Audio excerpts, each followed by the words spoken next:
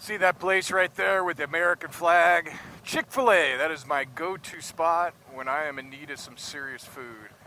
I mean, the chicken sandwich with the pickles and the Chick-fil-A sauce with the waffle fries. Dang, it's good. You want to hear about my number two? Let me show you. You guys watch Bodine52. If you haven't, you make sure and check him out. On all his videos, not all of them, but a lot of them, he stops by this favorite place he always talks about. I always consider it, or I always told him that it's his mistress. And that's this convenience store called Sheetz. Now, Sheetz is okay. I mean, it's not a bad place. He has a lot more by his area in Pennsylvania. Now, of course, he's moving, so I don't know if they have him where he's moving to now. I think he's moving to Michigan.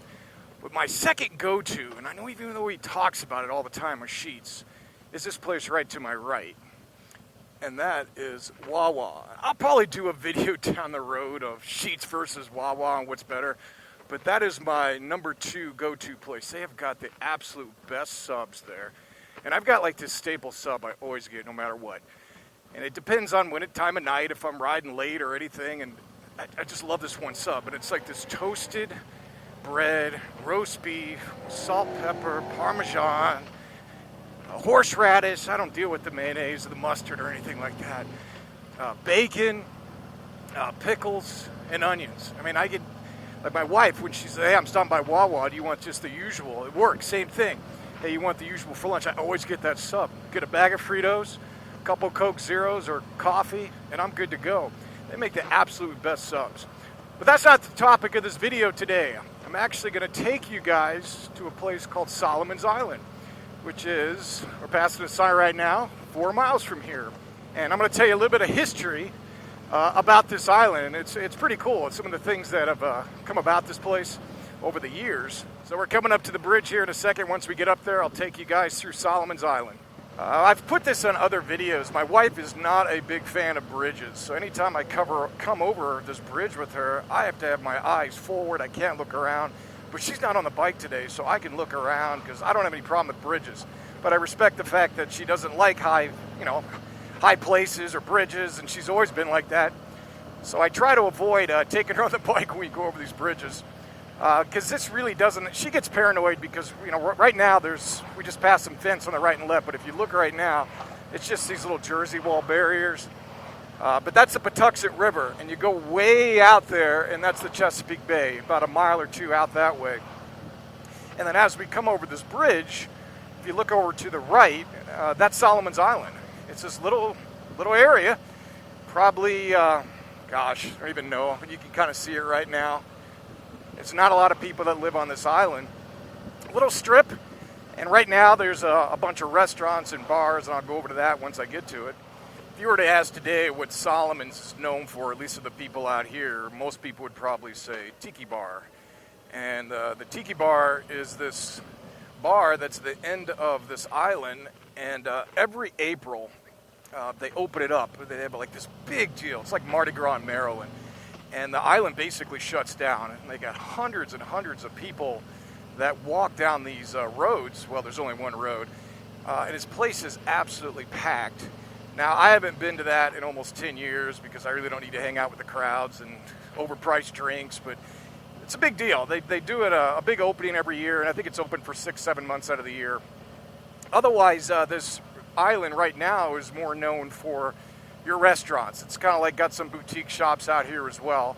So a lot of people come out here just to stop over, do some shopping, like antique type shopping, art type shopping, stuff like that.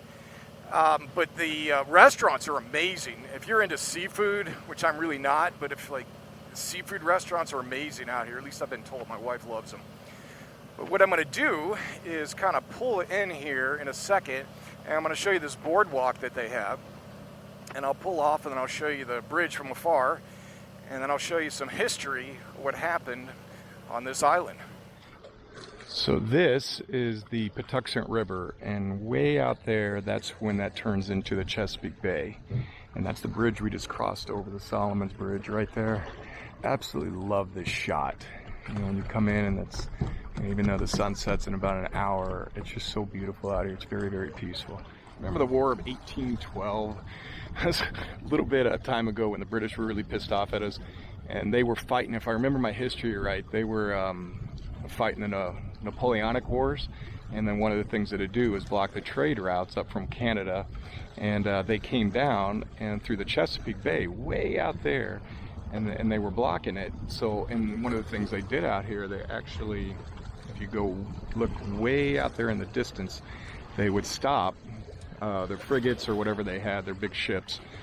I'm not an expert in nautical terms, so forgive me, but they'd ransack all the towns, and this was one of them along the way. And then what they did on their, as they came out here, this was when America had a lot of militia, even though they had more troops for the War of 1812 out here, because the British were a lot more highly trained. They ended up sacking a lot of areas, and there's this place about 30 miles north of here towards DC called Bladensburg, and they attacked that, and then the British won. And they ended up going to DC, being pissed off. They ended up burning down all of DC.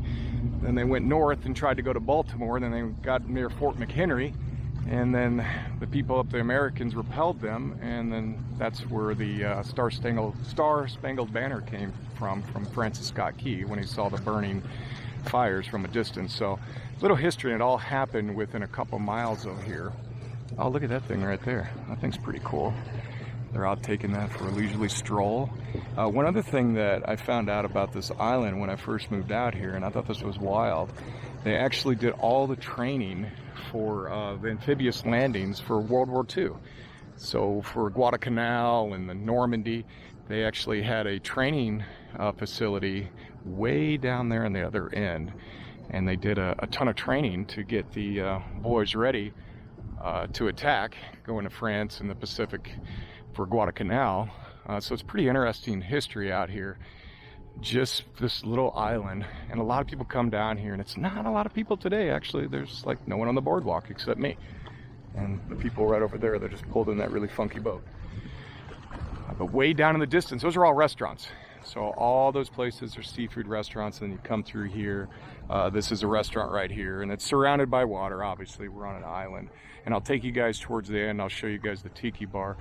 But pretty cool, huh? It's a great place to come and just relax. Like if you've had a rough day, just come out here and sit on the boardwalk and just walk and enjoy the water. So we are coming up to the infamous tiki bar, and this is known for their Mai Tais, it's fruity drinks that they sell. Probably when they open, I was telling you about, they overcharge probably like $9-10 a drink. And I've only been there a couple times. It's a fun little bar. They've got sand back there where you can walk around. Obviously, it's designed for the younger folk, but there we go, right there. Not too many people at that.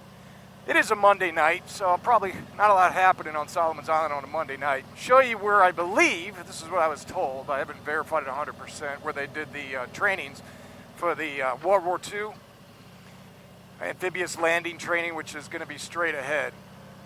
Again, we're coming up to the Patuxent, which goes right out to the Chesapeake Bay. And this is just a beautiful shot coming up here. And they've got a place where you can pull over and enjoy it. And I'm just going to do a quick turnaround here. Roundabouts are always fun. And there it is. Yeah, I believe they did the trainings right out there. Isn't that awesome? Whew. All right, bye-bye. Roundabout, roundabout, roundabout, roundabout, roundabout. Oh, I want to take out the local. Wow, look at that sunset. That is absolutely amazing. You got a boat down there. I don't know if you'll be able to pick it over that Jersey bar. I enjoy going over bridges like this one, the Chesapeake Bay Bridge. There's a bridge that goes from Maryland into Virginia, about 40 miles from here. I believe it's called the Harry and Ice Bridge. A lot of bridges by us. They're just fun to ride. Hope you guys enjoyed our little stop over at Solomon's Island. If you're ever in the area, make sure you stop by, get a bite to eat, get a couple drinks. It's a lot of fun just to walk around like I just did. I took a stop before I got back on the bike, walked around a little bit more. A lot of history out here. Let me know if you guys are interested in me doing more videos of this area. There is so much history out here, and I'd like to show it to you guys if you're interested in that kind of stuff. All right, thanks for taking the time to watch. Get out there and ride. Be well, and I'll talk to you guys soon.